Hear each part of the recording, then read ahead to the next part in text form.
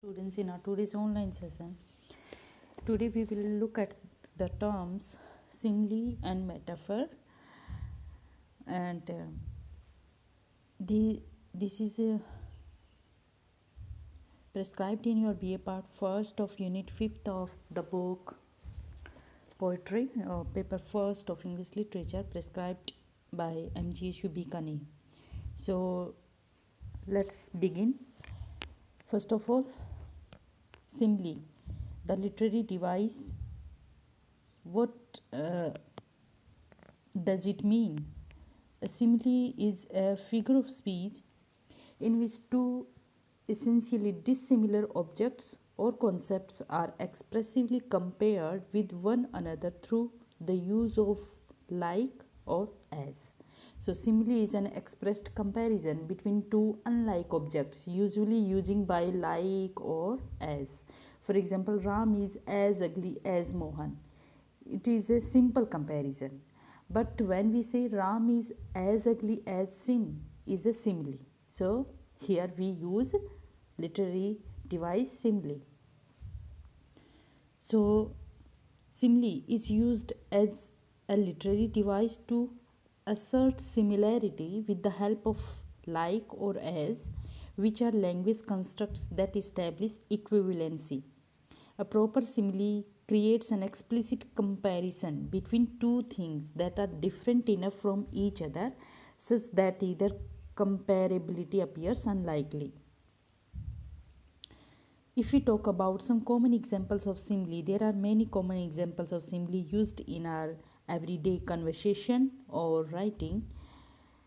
Such phrases like nutty as a fruitcake, slept like a dog, slay as a fox, fits like glove, blind as a bat. So these are some common day-to-day expressions of a simile. And if we talk about some examples of simile in literature, so simile is a very effective and widely used literary device, and here we have an example taken from Horseradish by Lemony Snicket.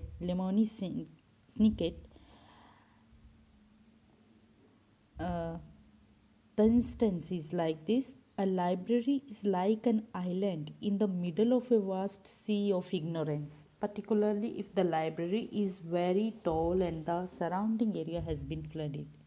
So, here Lemony is well known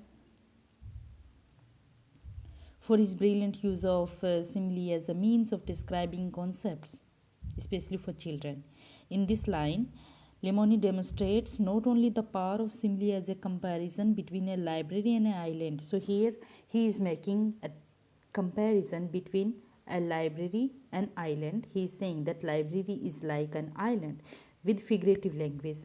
But he also invokes a literal image of a library as an island. So this reinforces the significance of a library as a refuge and protective haven against ignorance and other potentially destructive forces. If we talk about another example, a beautiful poem by Robert Burns, A Red, Red Rose. So the lines are like this. I'm reading for you. Oh, my love's like a red, red rose that's newly sprung in June. Oh, my love's like the melody that's sweetly played in tune. So, in this stanza, the poet compares the person he loves both to a rose and melody.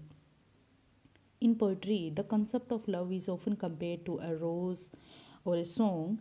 However, in this poem, Burns enhances those similes by comparing his love an actual person rather than an abstract concept to a rose and a song. This allows the reader to understand that the poet views the person he loves as a symbol of love itself.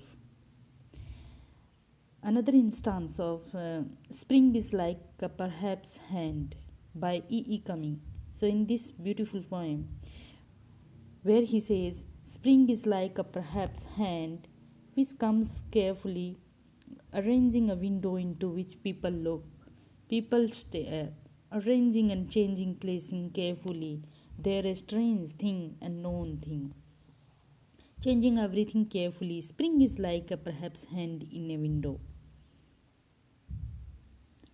So, in this poem, E. E. Cummings creates an unusual simile in that the literary device compares dissimilar things in a tentative way.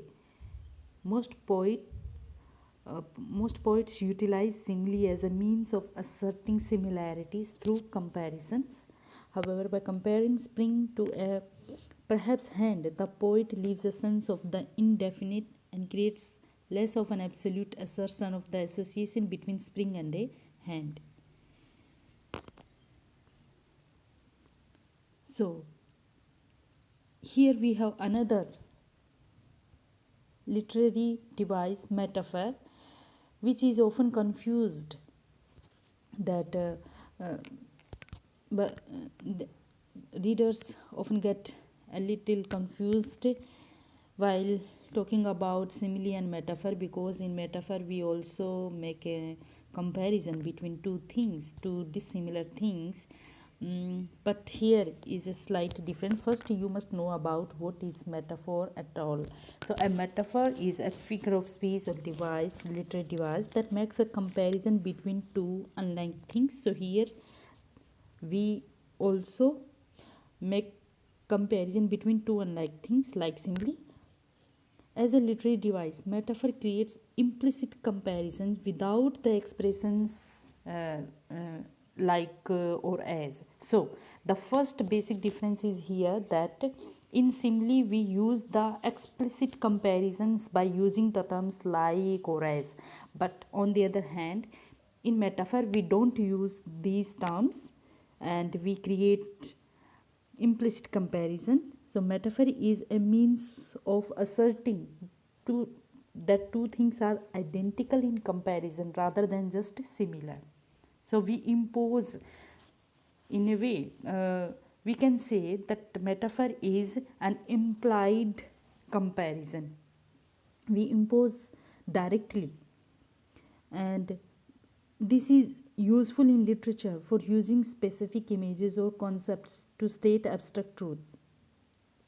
For example, one of the most famous metaphors in literature is featured in the line of Romeo and Juliet, the famous play written by William Shakespeare, where the line goes like this: What light through yonder window breaks? It is the east and Juliet the sun. So, in this metaphor, Juliet is compared to the sun. So, here is the direct comparison by uh, denoting Juliet with the sun. In fact, this figure of speech claims that Juliet is the sun. Here is the direct claim. Of course, here the reader understands that Romeo does not believe that Juliet is literally the sun. Instead, the comparison demonstrates the idea that Romeo equates Juliet with the beauty and life giving force of the sun. To Romeo, symbolically, Juliet and the sun are the same. So, this is what about a metaphor. If we talk about it, some common examples of our day-to-day life of metaphor, like when we say laughter is the best medicine, she is just a late bloomer, I smell success in this building, time is money, no man is an island, age is a state of mind. So all these are the common examples of metaphors. And as we have earlier mentioned, we have earlier noticed in the famous examples from William Shakespeare's play Romeo and Juliet. There are several other examples we can find in literatures as one here we can find in the poem Fire and Ice by American poet Robert Ann Frost, where he says that someday some say the world will end in fire, some say in ice.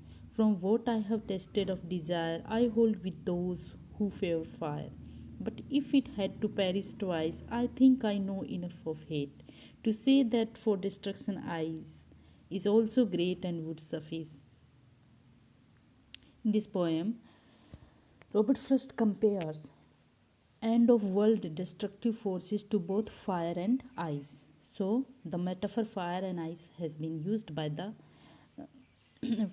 have been used by the poet. These fire and ice are the metaphors that serve as figures of speech in the sense that the poet does not literally mean that the world will end because of fire and ice. Instead, fire represents destructive forces associated with desire, such as power, jealousy, and anger. Similarly, ice represents destructive forces associated with hate, such as prejudice, hostility, and isolation. These metaphors are an effective literary device in that it causes the reader to consider that desire and hatred are as destructive as fire and ice.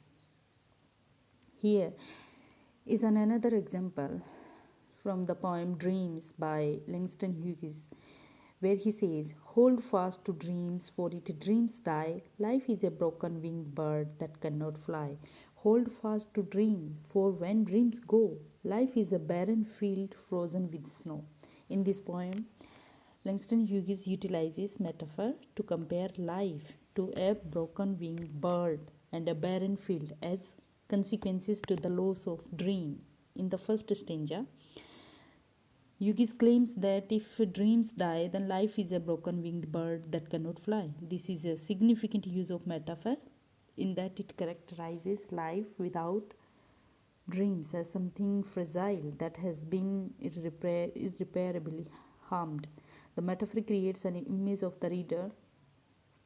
the reader of a bird that is wounded, grounded, and unable to reach its purpose or potential. If life is this bird, then without dreams it is also wounded, grounded, and thwarted in purpose.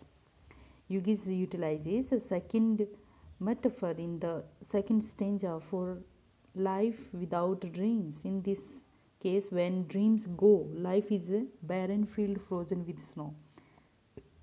This metaphor creates a comparison between life and an empty frozen wasteland. Therefore, due to Yugi's use of metaphor as a literary device in this poem, life becomes death and a burial ground without dreams.